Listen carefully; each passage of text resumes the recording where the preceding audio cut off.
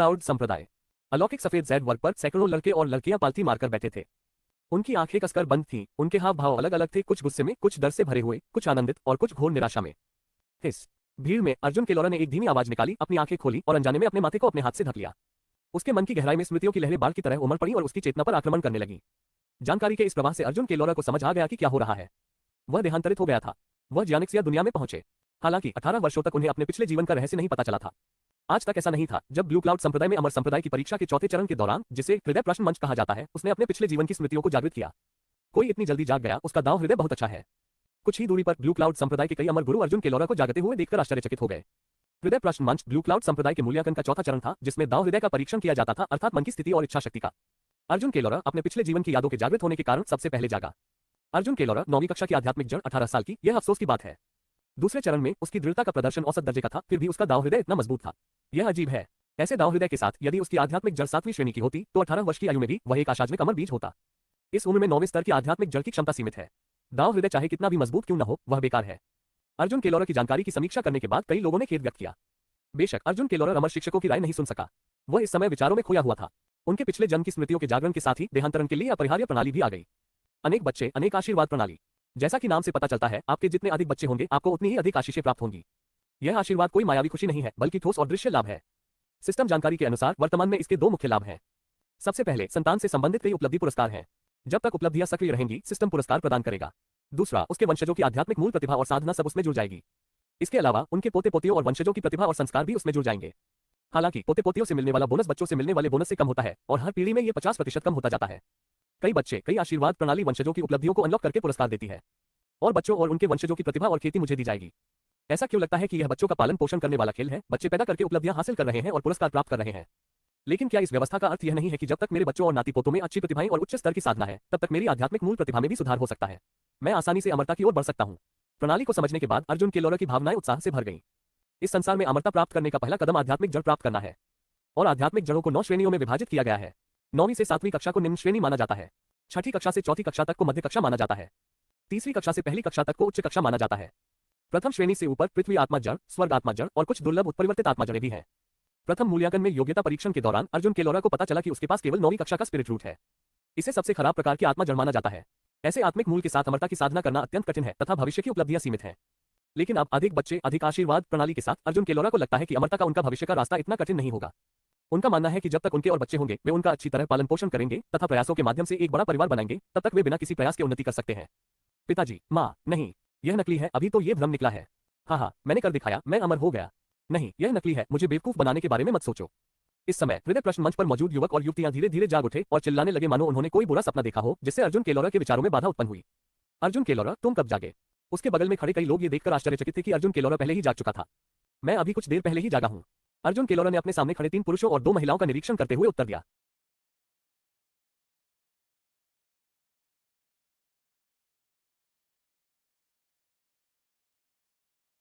अर्जुन केलोरा ने अपने सामने खड़े 3 पुरुषों और 2 महिलाओं का निरीक्षण करते हुए उत्तर दिया।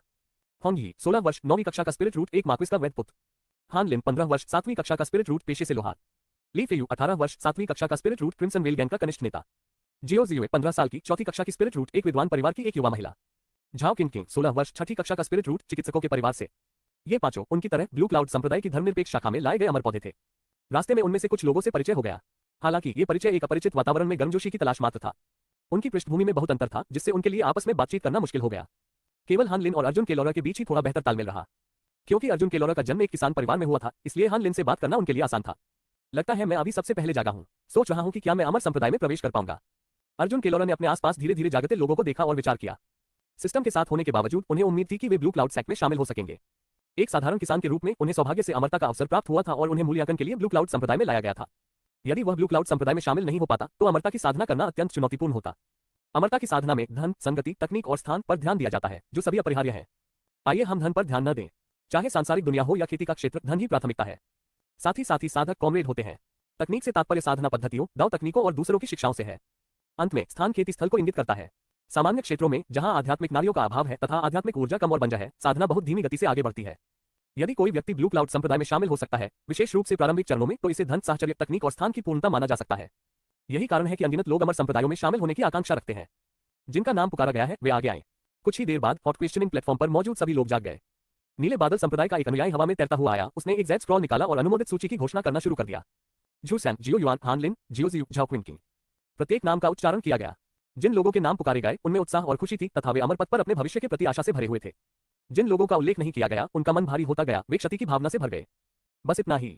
ली फेयू ने जब नीले बादल संप्रदाय के शिष्य को सूची रखते देखा तो उसके चेहरे पर नाराजगी का भाव आ गया। मेरा नाम सूची में क्यों नहीं है?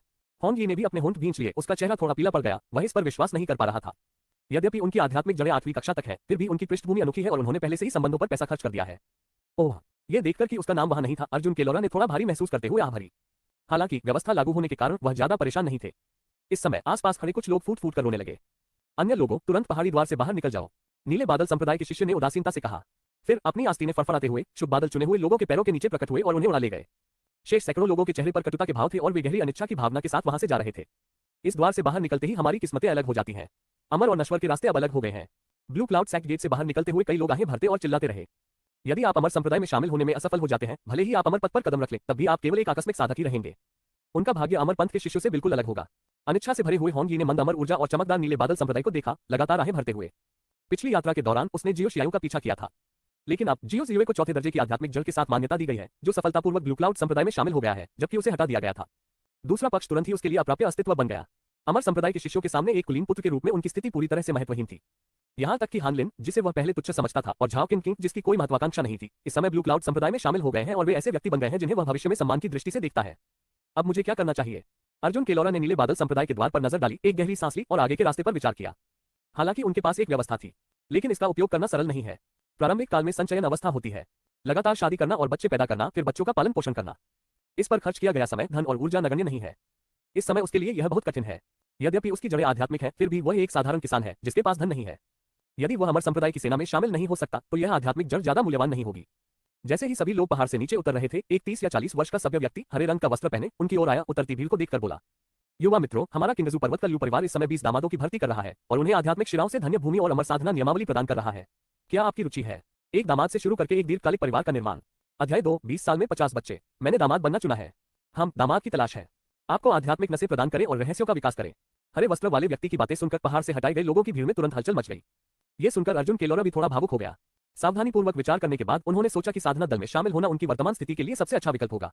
जहां तक दामाद बनने की बात है तो यह कोई बड़ी बात नहीं थी। अमरता की साधना कोई आसान यात्रा नहीं है।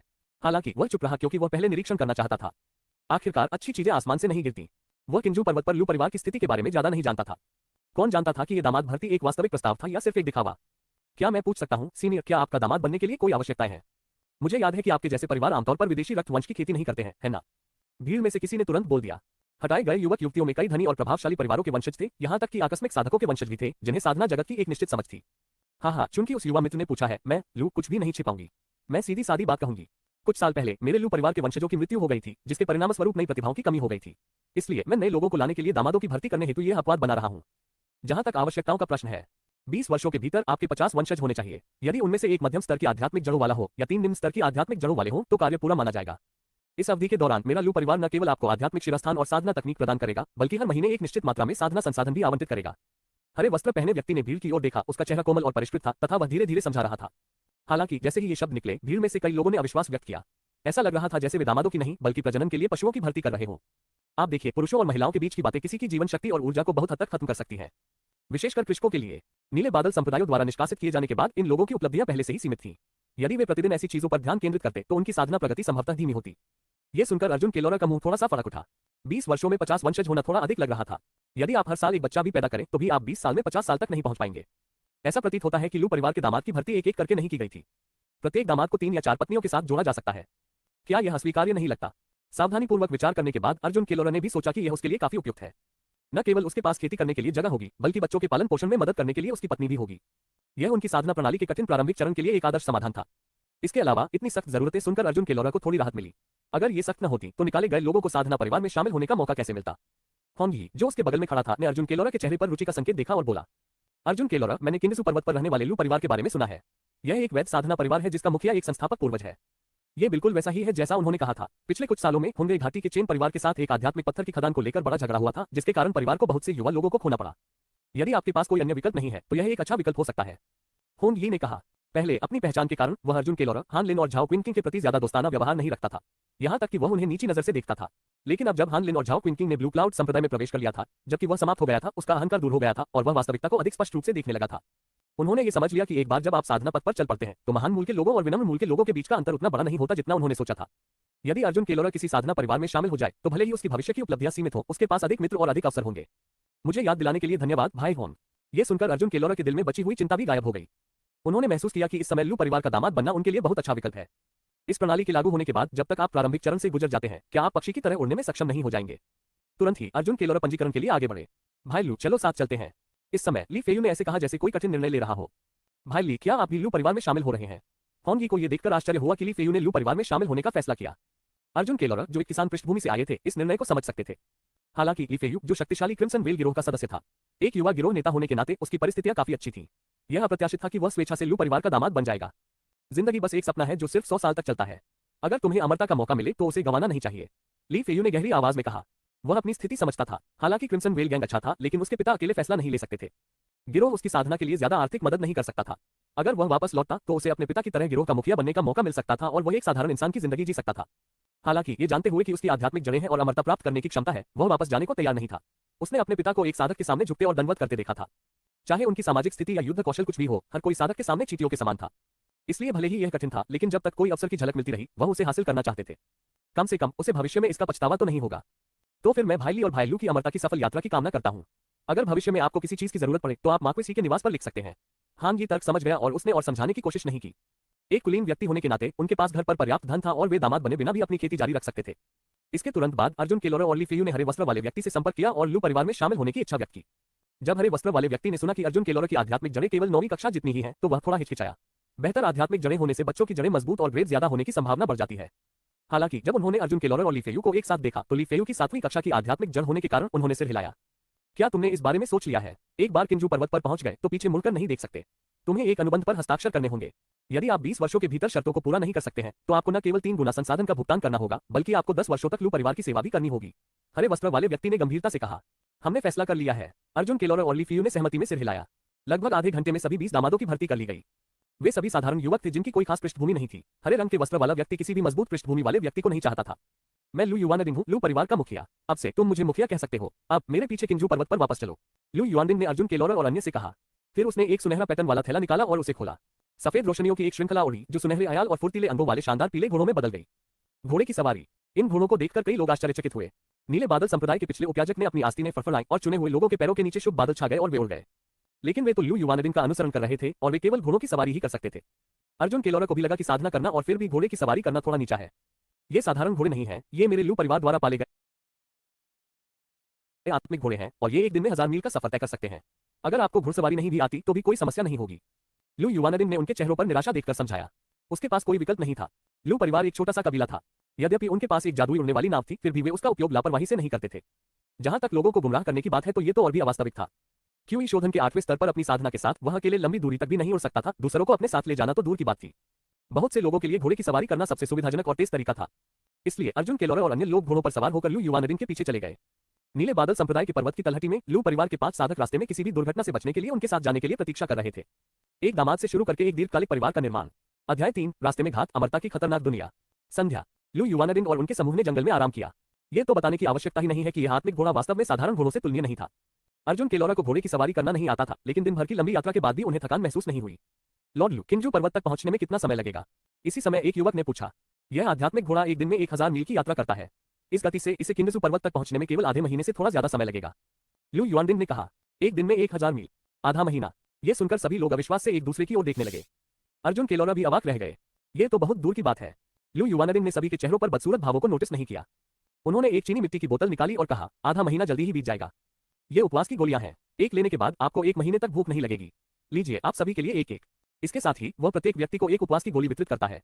अर्जुन केलोरा ने अपने हाथ में सोयाबीन के आकार की भूरे रंग की गोली पर एक संक्षिप्त नजर डाली और उसे निगलने से पहले ज्यादा नहीं सोचा। अब चूंकि वे यात्रा पर हैं, उन्हें दवा लेनी ही होगी, भले ही वह जहरीली ही क्यों न हो। इसके अलावा लू परिवार के पास उन्हें नुकसान पहुंचाने का कोई कारण नहीं है। उपवास की गोलियां लेने और थोड़ी देर आराम करने के बाद कुछ युवा पुरुष साधना करने के लिए पालती मारकर बैठना शुरू कर देते हैं, जो दर्शाता है कि उनके पास पहले से ही साधना तकनीकें हैं। दूसरी ओर ली फेयू अकेले ही मार्शल आर्ट का अभ्यास करने चला जाता है। पिछली बातचीत से अर्जुन केलोरा को पता है कि क्रिम्सन वेल गैंग का युवा नेता ली फेयू मार्शल आर्ट में अत्यधिक कुशल है। मात्र 18 वर्ष की आयु में ही उन्हें मार्शल आर्ट की दुनिया के शीर्ष विशेषज्ञों में से एक माना जाता है। 3 या 4 घंटे आराम करने के बाद समूह अपने रास्ते पर आगे बढ़ गया। इतना ही कठिन यात्रा में आधा महीना बीत जाता है। खुश हो जाओ, किंजू पर्वत बस आगे ही है, लू युवानरिन अपने पीछे निराश युवाओं से कहता है, जब वह आधिकारिक सड़क पर आध्यात्मिक घोड़े पर सवार होकर जा रहा होता है। आधे महीने की उबाऊ यात्रा के बाद हर कोई शारीरिक और मानसिक रूप से सुन्न और थका हुआ था। अर्जुन केलोरा भी थोड़ा उदासीन लग रहा है। अपने पिछले जीवन में उन्हें पूरे दिन कार में बैठने में भी असहजता महसूस होती थी, आधे महीने तक घोड़े की सवारी करने की तो बात ही छोड़ दीजिए। लू युवानरिन की यह बात सुनकर कि वे लगभग किंजू पर्वत पर पहुंच चुके हैं, सभी लोग अधिक ऊर्जावान हो गए। यात्रा के दिन अंततः समाप्त होने वाले थे। साथ आए लू परिवार के 5 साधकों ने भी राहत की सांस ली। अमर पौधों को सुरक्षित रूप से घर वापस लाना उनके परिवार का मिशन था। लेकिन इस समय कुछ अप्रत्याशित घटित होता है। स्वूश स्वूश स्वूश। दर्जनों क्रिस्टल स्पष्ट और तीखे बर्फ के कांटे अचानक पास की जमीन से निकलते हैं, जो अर्जुन केलोरा और अन्य लोगों की ओर बढ़ते हैं। अच्छा नहीं, दुश्मन का हमला। यह देखकर लू युवानरिन की अभिव्यक्ति में भारी परिवर्तन आया और वह गुस्से से चिल्लाया। उसी समय उसने अपना बड़ा हाथ बढ़ाया, अपनी उंगलियां फैलाई और आग की आभा उत्सर्जित करने वाले आग के गोले एक एक करके बाहर निकले और बर्फ के शंकुओं को रोक लिया। अमर पौधों की रक्षा करो। अन्य 5 लू परिवार साधकों ने भी अपनी तकनीकें प्रदर्शित की तथा अर्जुन केलोरा और अमर पौधों को बचाने के लिए मिट्टी की दीवारें और पानी की स्क्रीन बनाई। लेकिन इतने सारे बर्फ के कांटों के सामने 3 अमर पौधों को अभी भी बर्फ के कांटों से चोट लगी, उनकी छाती में छेद हो गया और एक धमाके के साथ वे आध्यात्मिक घोड़े से बेजान होकर नीचे गिर पड़े। तो ये साधना की दुनिया है।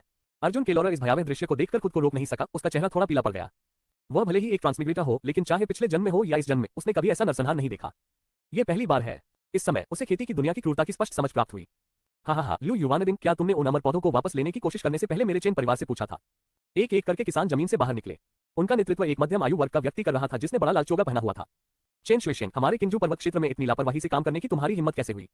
लू युवानरिन ने अपने सामने लाल वस्त्र पहने आदमी को देखते हुए ठंडे स्वर में चिल्लाया। बेशक वह दूसरे व्यक्ति को जानता था। यह उनका कट्टर दुश्मन था जो होंगे घाटी के चेन परिवार का मुखिया था। लेकिन उन्हें यह उम्मीद नहीं थी कि वह उनके दरवाजे पर चोरी छिपे हमला करने की हिम्मत करेंगे। हालांकि ये वास्तव में दूसरे पक्ष के लिए घात लगाने का सबसे अच्छा समय था। न केवल सभी लोग थके हुए थे, बल्कि उनकी सतर्कता भी ढीली पड़ गई थी। जैसे ही उसने यह बात कही, एक पीला ताबीज प्रकट हुआ और उसके हाथ में जलने लगा। यह एक संदेश ताबीज था। मदद के लिए परिवार को बुलाओ, जल्दी और निर्णायक रूप से मार डालो। चेन शुएशेन ने व्यंग्य किया, उसके होंठ हल्के से हिले और उसने अपने हाथ आगे की ओर थपथपाए, जिससे एक ठंडी हवा निकली। ये बर्फ के तीखे कांटों में बदल गई और लू युवानरिन पर टूट पड़ी। उसके पीछे के 10 साधकों ने भी कार्रवाई की और अर्जुन केलोरा तथा अन्य अमर पौधों पर हमला कर दिया। उनका लक्ष्य लू परिवार के सदस्यों को रोकना नहीं था, बल्कि अमर पौधों को निशाना बनाना था। Boom boom boom. दोनों पक्षों में झड़प होने लगी। चेन के परिवार को संख्यात्मक लाभ प्राप्त था तथा इस तथ्य के साथ कि लू परिवार को अमर पौधों की रक्षा करनी थी, वे तुरंत ही नुकसान में थे। पफ। उसी समय एक हरे रंग की हवा की धार ने लू परिवार की सुरक्षा को चीर दिया तथा अर्जुन केलोरा के बगल में स्थित अमर पौधों में से एक को 2 टुकड़ों में काट डाला। खून की छींटें अर्जुन केलोरा पर पड़ी, जिससे वह एक पल के लिए अचंभित हो गया। ध्यान से। उसी समय एक और हवा का ब्लेड रक्षा को तोड़ते हुए अर्जुन केलोरा की ओर बढ़ा।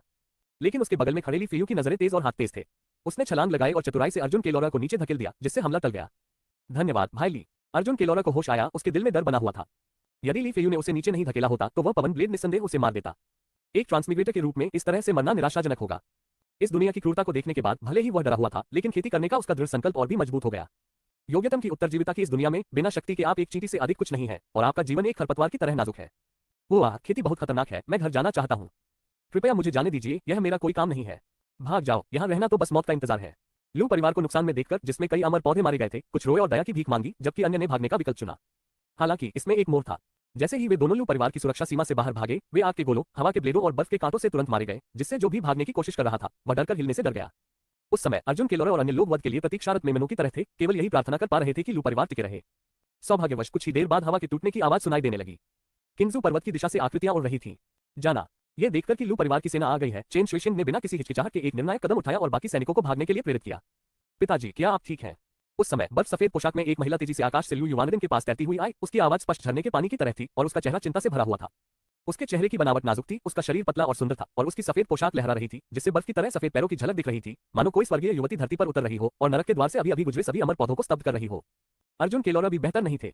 अपने पिछले जीवन में इंटरनेट पर बड़े डेटा के युग में सुंदर महिलाओं के प्रभाव का अनुभव करने के बाद उन्होंने सोचा कि वह किसी भी आश्चर्यजनक चीज से प्रभावित नहीं होंगे। लेकिन जब उसने सफेद वस्त्र पहने इस महिला को देखा तो वह सचमुच मोहित हो गया। सुंदर चेहरे, शरद ऋतु के पानी जैसी आंखें, ऊंची और सीधी नाक, गुलाबी बादलों जैसे होंठ और पीली जेड जैसी त्वचा के साथ वह पूरी तरह से चमकदार आंखों और सफेद दांतों का मतलब समझती थी, जिसमें बर्फीली पवित्रता का भाव था। सबसे अधिक आकर्षक था महिला का स्वभाव, सुंदर और अलौकिक, हिमकमल के समान शुद्ध, संसार से अलग। यदि उसके चेहरे पर चिंता का भाव न होता तो वह किसी दूसरी दुनिया की परी जैसी दिखती। यदि लू परिवार में विवाह करना और ऐसी महिला से बच्चे पैदा करना संभव होता तो 50 या 100 बच्चे पैदा करना कोई समस्या नहीं होती। ऐसा विचार अर्जुन केलोरा के मन में आया, लेकिन वह जानता था कि यह स्पष्टतः असंभव था। परिवार के मुखिया की बेटी होने के नाते वह ऐसे संस्कारी दामाद से कैसे शादी कर सकती थी? ये केवल स्वप्न में ही संभव है। मियाओगे, पिताजी ठीक हैं, बस मैं आध्यात्मिक ऊर्जा की कमी से थक गया हूँ। लू युवानरिन ने अपनी बेटी की ओर हाथ हिलाया। लू मियाओगे। सभी युवकों को इस अत्यंत सुंदर महिला का नाम याद था। अर्जुन केलोरा को भी नाम याद था। लू परिवार के अन्य सदस्य एक एक करके पहुंचे और जब उन्होंने देखा कि लू युवानरिन और अन्य लोग ठीक हैं, तो उन्होंने 8 अमर पौधों के नुकसान पर ज्यादा ध्यान नहीं दिया। यद्यपि ये दुर्भाग्यपूर्ण था कि 8 अमर पौधे मर गए, फिर भी वे बहुत दुखी नहीं थे। आखिरकार उन्होंने उन अमर पौधों में ज्यादा निवेश नहीं किया था। बाद में सभी लोग सुरक्षित रूप से किंजू पर्वत पर पहुंच गए। एक दामाद से शुरू करके एक दीर्घकालिक परिवार का निर्माण। अध्याय 4 3 पत्नियां। किंजू पर्वत सिर्फ एक पर्वत नहीं है, बल्कि एक पर्वत श्रृंखला है जो क्रिस्टल स्पष्ट हरे बांध से ढकी हुई है। पहाड़ में प्रवेश करने के बाद अर्जुन केलोरा स्पष्ट रूप से महसूस कर सकता था कि हवा बहुत ताजा और अधिक नम थी। पहाड़ों के बीच से नदियां बह रही थीं, हरे भरे वातावरण में पक्षी चहचहा रहे थे और कुछ ढलानों पर अनाज और सब्जियों के सीढ़ीनुमा खेत दिखाई दे रहे थे जो एक स्वप्नलोकीय दृश्य का निर्माण कर रहे थे। इन पहाड़ों के भीतर लू परिवार ने विभिन्न गांव और हवेलियां बनाई। अर्जुन केलोरा और अमर पौधों का समूह परिधीय किंजू पर्वत मनों में बस गए। इस किंजू जागीर के नीचे एक प्रथम स्तरीय आध्यात्मिक शिरा है। अब से तुम यहीं रहोगे और मन की शांति के साथ साधना करोगे। आप निश्चिंत रह सकते हैं, जब तक आप पहले से तय शर्तों को पूरा करते हैं आप लू परिवार को छोड़ने या हमारे साथ रहने के लिए स्वतंत्र हैं। अंकल फू, इन्हें अंदर ले आओ। लू युवानदिन ने कुछ शब्द कहे और चले गए। मैं इस किंजू पर्वतीय जागीर का प्रबंधक हूँ, तुम मुझे अंकल फू भी कह सकते हो। अभी मेरे पीछे आओ। अंकल फू एक बुजुर्ग व्यक्ति थे जिनके बाल सफेद भूरे थे और शरीर थोड़ा झुका हुआ था। अपना परिचय देने के बाद उन्होंने किंजू माउंटेन मैनर के बारे में जानकारी प्रदान करते हुए समूह को आवश्यक प्रक्रियाएं पूरी करने के लिए प्रेरित किया। ये जागीर बहुत बड़ी थी, जिसमें न केवल वे रहते थे बल्कि लू परिवार के अपने अमर पौधे भी यहाँ खेती करते थे। हालांकि उनमें से अधिकांश औसत प्रतिभा वाले वंशज थे। असाधारण प्रतिभा वाले लोग किंजू पर्वत के मुख्य क्षेत्र में रहते थे, जहां द्वितीय श्रेणी की आध्यात्मिक शिरा थी और आध्यात्मिक ऊर्जा अधिक केंद्रित थी। अपनी यात्रा के दौरान समूह की मुलाकात लू परिवार के कई सदस्यों से हुई। इन व्यक्तियों ने उत्सुकता से अर्जुन केलोरा और अन्य लोगों को देखा तथा उन्हें कुछ हद तक तिरस्कार और अहंकार की दृष्टि से देखा। इस संबंध में अर्जुन केलोरा काफी शांत रहे। अधिक विनम्र तरीके से कहा जाए तो वे बाहरी परिवार के सदस्य थे जो लू परिवार में विवाह कर रहे थे। स्पष्ट शब्दों में कहें तो वे यहाँ प्रजनन के लिए हैं। हालांकि अवलोकन के माध्यम से वह बता सकता था कि लिंग की परवाह किए बिना लू परिवार के सदस्य काफी सभ्य दिखते थे। इससे उन्हें बाद में होने वाले प्रजनन के बारे में भी कुछ राहत मिली। वे यहाँ बच्चे पैदा करने के लिए हैं, तो कौन नहीं चाहेगा कि दूसरा पक्ष अच्छा दिखे। अर्जुन केलोरा ने स्वीकार किया कि वह दिखावे को लेकर कुछ हद तक जुनूनी थे। एक घंटे बाद अंकल फू की व्यवस्था के तहत अर्जुन केलोरा और अन्य लोगों ने विवाह अनुबंध पर हस्ताक्षर किए। उनके पहचान पत्र संसाधित किए गए, अमर साधना तकनीकें प्राप्त की गईं और उन्हें रहने के लिए स्थान आवंटित किए गए। उनका निवास एक स्वतंत्र प्रांगण था जो लगभग 200 वर्ग मीटर क्षेत्र में फैला हुआ था, जिसमें मंडप और अटारी थी जो पूरी तरह सुसज्जित थी। अपने कमरे में बड़े बिस्तर पर बैठे हुए अर्जुन केलोरा ने साधना तकनीक निकाली। मूल पर वापसी तकनीक। जैसे ही उन्होंने मैनुअल खोला, भूरे वस्त्र पहने एक वृद्ध व्यक्ति की छवि सामने आई जो एक मुद्रा में था और साधना प्रक्रिया को विस्तार से समझा रहा था। इसमें कोई आश्चर्य नहीं कि यह एक अमर साधना तकनीक है, इसमें छवि कार्यक्षमता भी है। अर्जुन केलोरा खुद को रोक नहीं पाए और पुस्तिका को ध्यान से देखने लगे। पुस्तिका में मौजूद चित्रों और ध्वनियों के पीछे का सिद्धांत उन्हें समझ नहीं आया, उन्हें यह सब बहुत रहस्यमय लगा। फिर मैनुअल में दी गई छवि के निर्देशों का पालन करते हुए उन्होंने अभ्यास करना शुरू कर दिया। काफी प्रयास के बाद अर्जुन केलोरा अंततः एकाग्रता की अवस्था में पहुंच गया। उसका मन निर्मल हो गया और उसे अपने चारों ओर मंद रंगीन आध्यात्मिक ऊर्जा का आभास होने लगा। यह महसूस करते हुए कि उन्होंने आध्यात्मिक ऊर्जा को महसूस करने का पहला चरण पूरा कर लिया है, उन्होंने इसे अपने शरीर में अवशोषित करने का प्रयास किया। उसके नियंत्रण में आध्यात्मिक ऊर्जा धीरे धीरे उसकी ओर एकत्रित हुई तथा उसकी त्वचा के छिद्रों से होकर उसके शरीर में प्रवेश करने लगी। यह प्रक्रिया धीमी थी और आध्यात्मिक ऊर्जा के उनके शरीर में प्रवेश करने के बाद उसे उनके डेंटियन में एक रेशा छोड़ने से पहले उनके मेरिडियन के माध्यम से प्रसारित होने की आवश्यकता थी। जैसे जैसे आध्यात्मिक ऊर्जा प्रसारित होती है, यह मानव शरीर के मांस, रक्त, शिरोबिंदुओं और हड्डियों को भी पोषण देती है, धीरे धीरे शरीर से अशुद्धियों को बाहर निकालती है, जिससे सार परिष्कृत होता है। रात बीत गई। क्या ये 9वीं कक्षा की आध्यात्मिक जड़ है? इस दर से क्यूई शोधन के पहले स्तर तक पहुंचने में मुझे वर्षों और महीनों का समय लगेगा। अर्जुन केलोरा ने अपने डेंटियन क्यूई सागर में ठंडी सांस को देखते हुए कड़वाहट से मुस्कुराया। यह अभी भी आध्यात्मिक नसों के साथ एक जगह में अभ्यास कर रहा है। यदि यह आध्यात्मिक शिराओं से रहित स्थान पर होता तो गति और भी धीमी होती। इस समय अर्जुन केलोरा को अमरता की साधना की कठिनाई की गहरी समझ प्राप्त हुई। उफ, ऐसा लगता है कि मैं सिर्फ सिस्टम पर ही भरोसा कर सकता हूँ। अर्जुन केलोरा ने एक लंबी सांस छोड़ी। ये जानते हुए कि साधना के लिए अपने स्वयं के प्रयासों पर निर्भर रहना अवास्तविक है, वह केवल व्यवस्था पर ही भरोसा कर सकता है। मुझे आश्चर्य है कि लू परिवार मेरे लिए पत्नी का प्रबंध कब करेगा, अर्जुन केलोरा ने सोचा। डिंग डिंग डिंग। तभी आंगन में घंटी बजी। कोई आ गया था। अर्जुन केलोरा कमरे से बाहर निकला और आंगन का दरवाजा खोला। अर्जुन केलोरा, लू परिवार ने तुम्हारे लिए धूल झाड़ने के लिए पहले से ही एक स्वागत भोज का प्रबंध कर रखा है। मेरे पीछे आओ। दरवाजे पर अंकल फू बोले। उसके पीछे पहले से ही अन्य अमर पौधे मौजूद थे। एक स्वागत भोज। ये शब्द सुनकर अर्जुन केलोरा ने स्पष्ट रूप से अनुमान लगाया और सिर हिलाया। ठीक है। इसके बाद अंकल फू ने सभी 12 अमर पौधों को बुलाया और उन्हें किंजू माउंटेन विला के एक विशाल और सुंदर हॉल में ले गए। अंदर कोई अन्य व्यक्ति नहीं था, केवल 12 सीटें थी जिन पर बढ़िया शराब और व्यंजन रखे हुए थे। जब सभी लोग अपनी अपनी जगह पर बैठ गए तो कुछ ही देर में अलग अलग आकर्षण वाली आकर्षक युवतियों का एक समूह एक एक करके हॉल में दाखिल हुआ। वास्तव में इन महिलाओं को देखकर अर्जुन केलोरा को तुरंत पता चल गया कि वह सही था।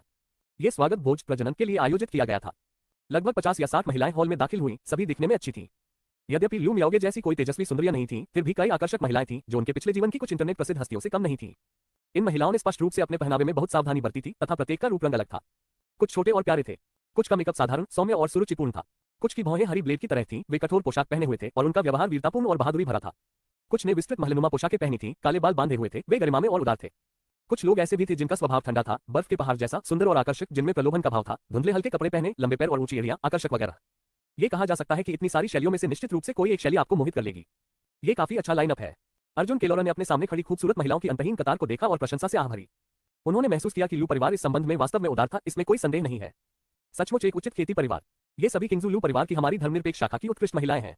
ये न केवल शिष्टाचार में पारंगत हैं, बल्कि संगीत, शतरंज, सुलेख और चित्रकला में भी निपुण हैं। ये सभी शुद्ध और मासूम हैं। आज वे आप सभी का स्वागत करने और मनोरंजन करने के लिए यहाँ होंगे। तुम में से हर कोई अपनी पसंद का कोई व्यक्ति चुन सकता है और मैं तुम्हारे लिए शादी की व्यवस्था कर दूंगा। अंकल फू ने कहा। ये कहने के बाद वह भव्य हॉल से बाहर चले गए और पीछे केवल अर्जुन केलोरा और 12 अन्य लोगों के साथ साथ लू परिवार की महिलाओं का एक समूह रह गया। अर्जुन केलोरा और अन्य लोगों की पहल की आवश्यकता के बिना ये महिलाएं स्वयं ही अपनी सीटों पर आ गईं। यद्यपि वे लू परिवार की धर्मनिरपेक्ष महिलाएं थीं, लेकिन उनमें से अधिकांश कृषकों की वंशज भी थीं। यहाँ आने पर कोई मजबूरी नहीं थी, सभी लोग स्वेच्छा से आए थे। एक उपयुक्त अमर साथी चुनने और आध्यात्मिक जड़ों वाले बच्चों को जन्म देने के बारे में सोचते हुए भविष्य बच्चे की प्रतिभा पर निर्भर करेगा, इसलिए इस स्वागत भोज की पहल उनके हाथों में अधिक थी। अर्जुन केलोरा का जन्म एक किसान परिवार में हुआ था और उनका रूप साधारण था। केवल 9वीं कक्षा तक की आध्यात्मिक शिक्षा के साथ केवल 3 महिलाएं ही उसके पक्ष में आईं। उन्होंने इस पर कोई आपत्ति नहीं जताई और सीधे तीनों को गले लगा लिया। व्यक्ति को यह जानना चाहिए कि संतुष्ट कैसे रहा जाए। 3 लगभग पर्याप्त था। इसके अलावा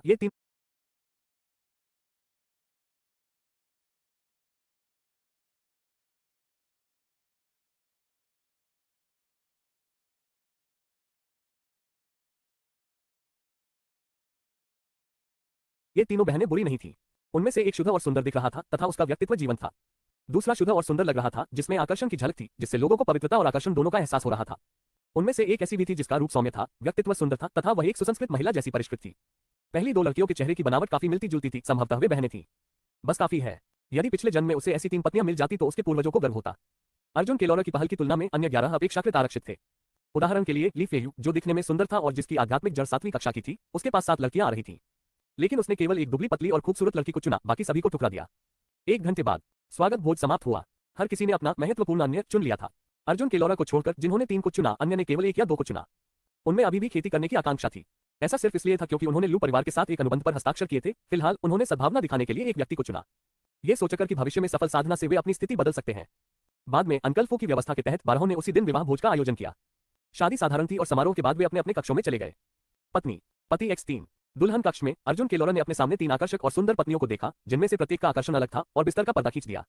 इस वर्ष अर्जुन केलोरा ने 18 वर्ष की आयु में 3 पत्नियों से विवाह किया। सबसे सुंदर महिला का नाम लू लांशु है। शुद्ध और आकर्षक का नाम लूजिया है।